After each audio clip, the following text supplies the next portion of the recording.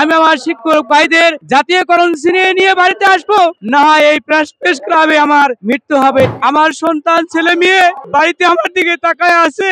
জাতীয়করণ করতেই হবে। জাতি গঠনের কারিগর, সমাজ গঠনের কারিগর আমাদের ইবতেদায়ী মাদ্রাসার শিক্ষক শিক্ষিকাবৃন্দ।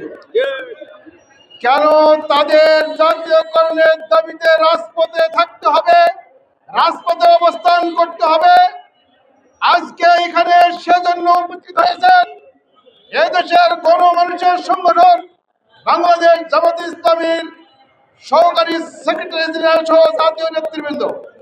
সম্মানিত জাতীয় নেতৃবৃন্দ, সাংবাদিক বন্ধুগণ এবং অবস্থান গ্রহণকারী একান্ত শ্রদ্ধেয় শিক্ষক শিক্ষিকাবৃন্দ, আমরা গণপ্রজাতন্ত্রী বাংলাদেশ সরকারের অন্তর্বর্তীকালীন সরকারের কাছে আহ্বান করি, অবিলম্বে স্বতন্ত্র ইবতেদায়ী মাদ্রাসাকে জাতীয়করণ করতেই হবে, যাতে জাতির বিবেক সমাজ গঠনে, জাতি গঠনের এই কারিগরদেরকে আর রাজপথের কষ্ট করতে না হয়।